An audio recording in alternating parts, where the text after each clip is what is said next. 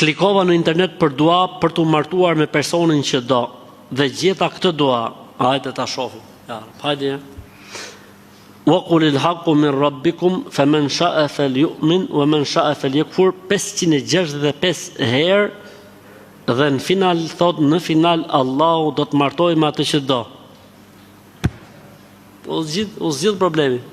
Mashtrim, gënjeshtër, rren. Ajeti s'ka lidhje fare.